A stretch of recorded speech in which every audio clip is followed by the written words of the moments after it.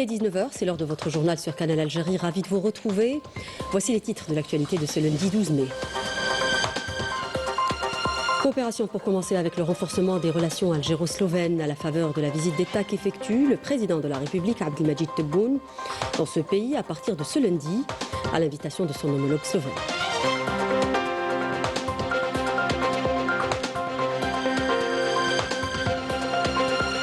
Et on revient justement dans ce journal sur la coopération bilatérale entre l'Algérie et la Slovénie qui connaît une évolution notable. Les deux pays ont établi des accords de coopération couvrant divers domaines, reflétant un renforcement significatif de leurs relations bilatérales. On en parle dans un instant.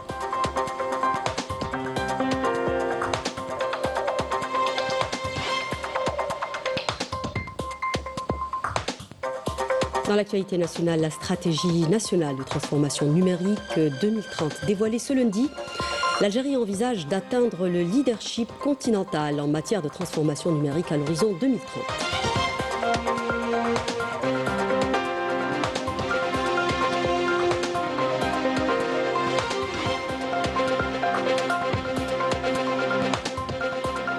À l'étranger, au Mali, adoption aujourd'hui d'un projet de loi supprimant la charte des partis politiques qui craignent par ce biais leur dissolution. Une mesure largement contestée et considérée par les Maliens comme une atteinte aux libertés et à la démocratie.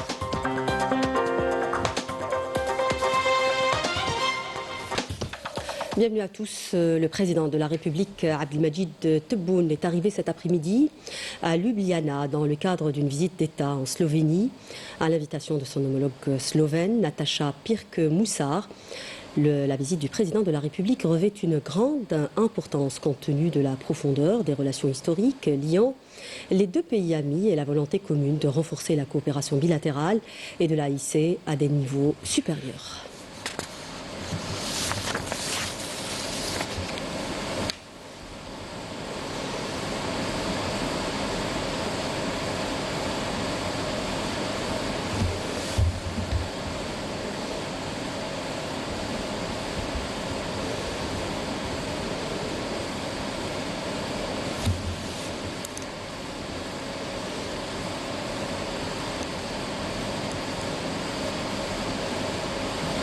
Le président de la République, Abdelmadjid Tebboune, a donc entamé aujourd'hui une visite d'État en République de Slovénie.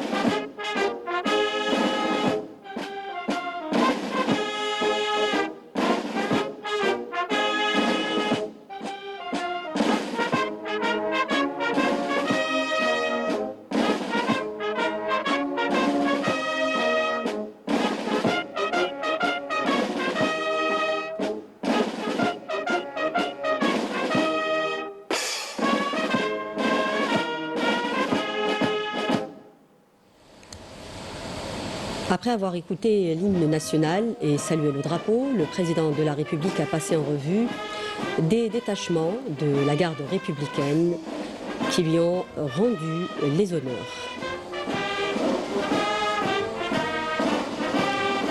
À l'aéroport international Houari Boumedienne, le chef de l'État a été salué à son départ par le directeur de cabinet à la présidence de la République, Boualem Boualem, le ministre délégué auprès du ministre de la Défense nationale, chef d'état-major de l'ANP, le général d'armée Saïd Chingriha, et le Premier ministre Nadir Larbaoui.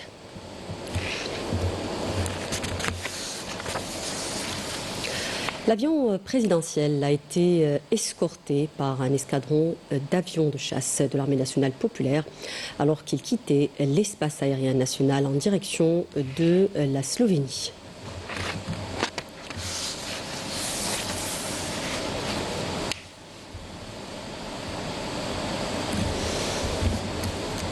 La visite d'État qu'effectue le président de la République Abdelmadjid Tebboune en Slovénie se veut une occasion d'approfondir la concertation politique sur les questions d'intérêt commun et la coopération bilatérale. Les relations entre les deux pays ont connu ces dernières années une évolution notable. Les deux pays ont établi des accords de coopération couvrant divers domaines. Melim Damis nous en parle. Les relations entre l'Algérie et la Slovénie sont fondées sur les principes d'amitié étroite et de respect mutuel.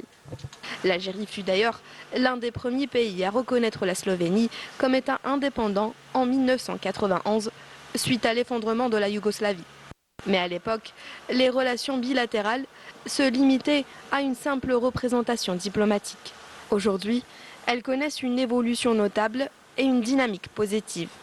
Un rapprochement qui s'est traduit par l'ouverture de 2 ambassades dans les capitales des deux pays et par l'échange de visites de haut niveau, affirmant leur volonté d'œuvrer de concert pour exploiter toutes les opportunités offertes afin de hisser les relations algéro-slovènes au plus haut niveau possible.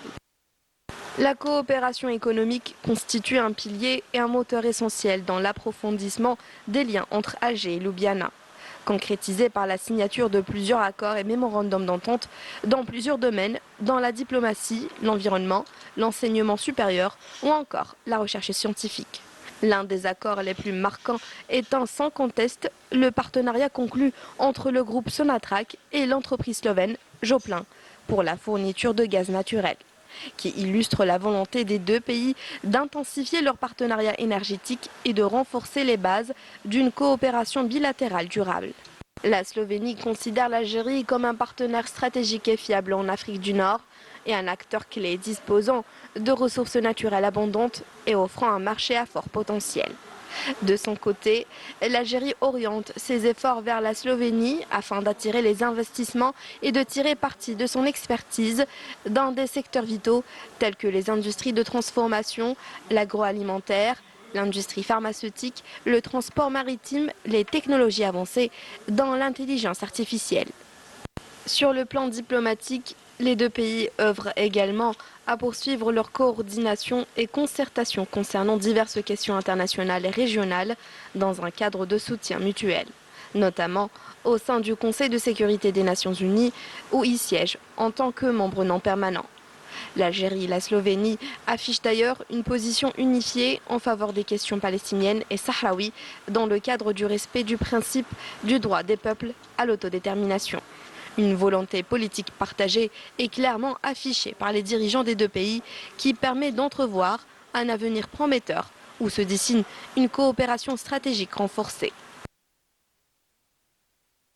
Nous en parlions en titre, la stratégie nationale de transformation numérique à l'honneur à l'occasion d'une journée d'information organisée par le Haut Commissariat à la numérisation. Sous le thème « Pour une Algérie numérique 2030 », la rencontre a été l'occasion de rappeler l'importance majeure accordée au dossier de la numérisation par les plus hautes autorités du pays, témoignant de la forte volonté politique en vue de réaliser une transition numérique globale en Algérie. C'est le compte-rendu de Walid Yousfi. Regardez.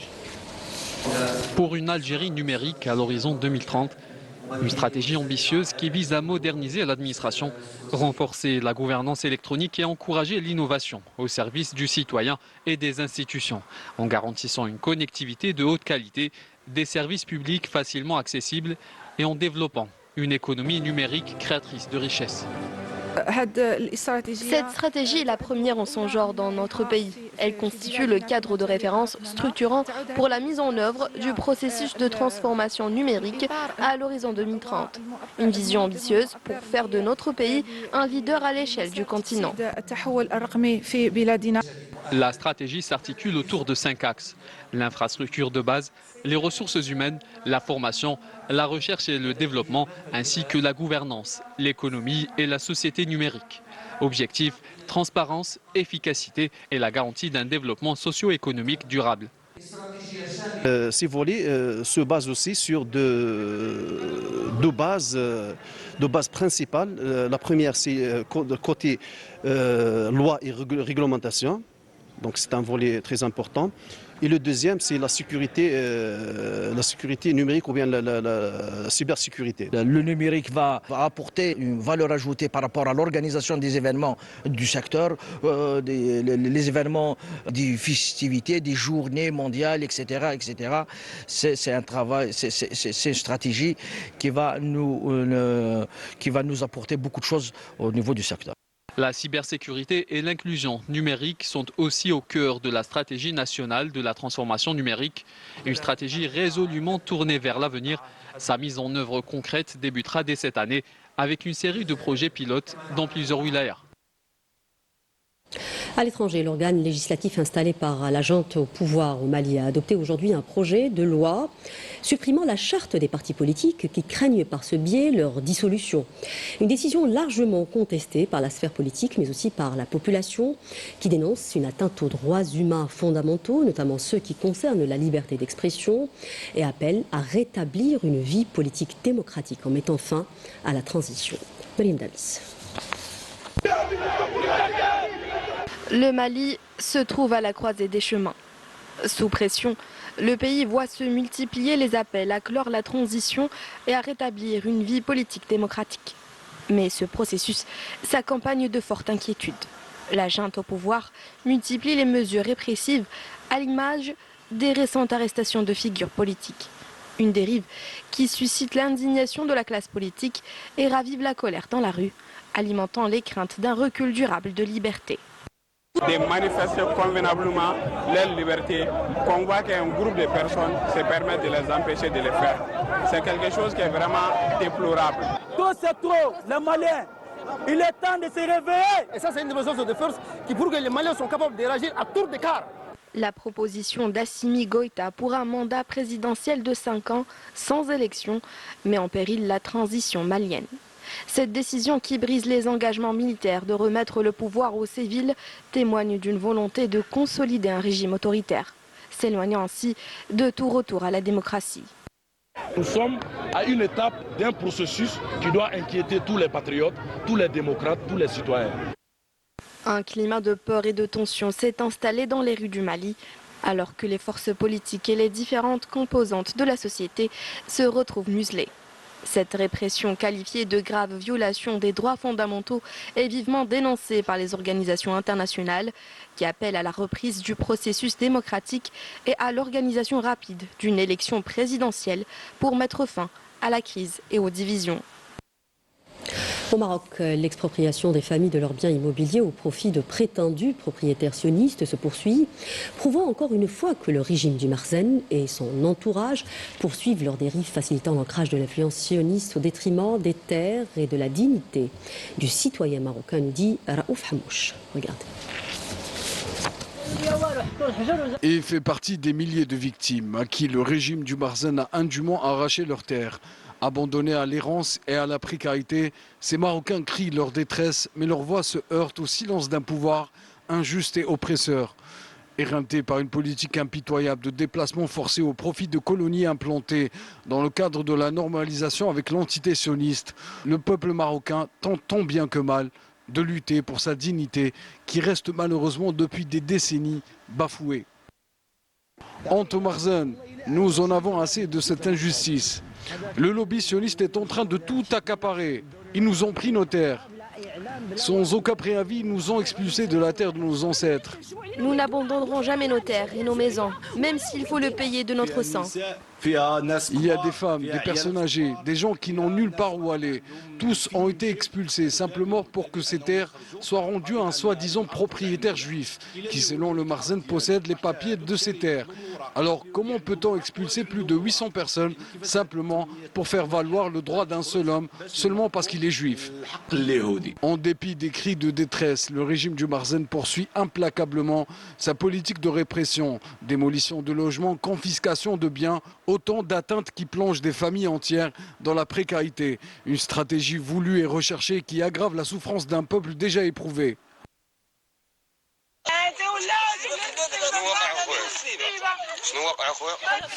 Ils ont démoli nos maisons sans nous avoir prévenus auparavant. Pour enfoncer davantage le clou, Un décret a été adopté accordant la priorité aux sionistes pour l'achat de biens immobiliers et des terres au Maroc. Un énième acte exécrable traduisant toute l'horreur des accords d'Abraham.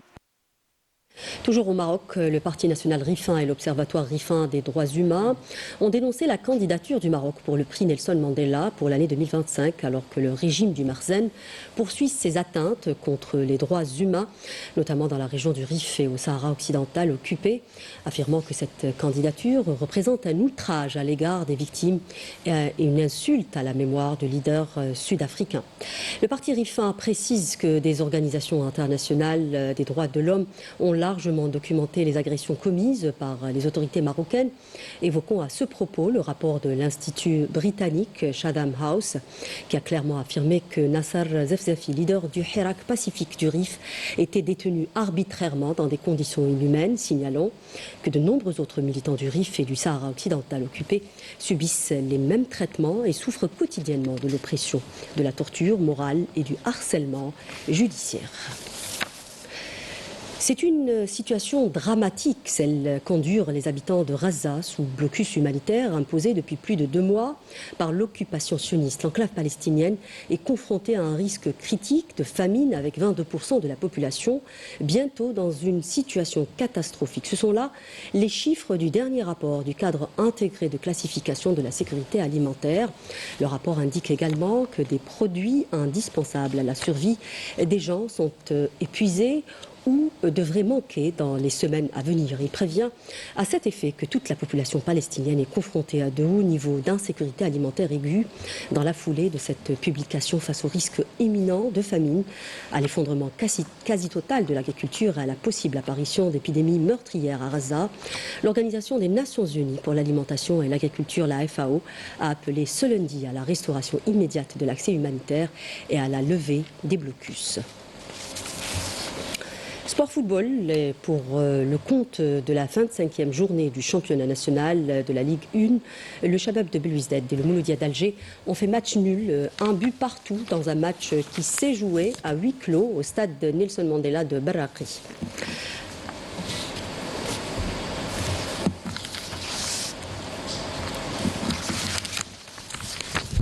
Voilà qui termine ce journal. Merci de nous prêter attention. L'info continue sur Canal Algérie. Prochain point de l'information à 20h en langue nationale. Je vous souhaite une excellente suite des programmes sur notre chaîne et j'aurai le grand plaisir de vous retrouver demain à 19h. Au revoir.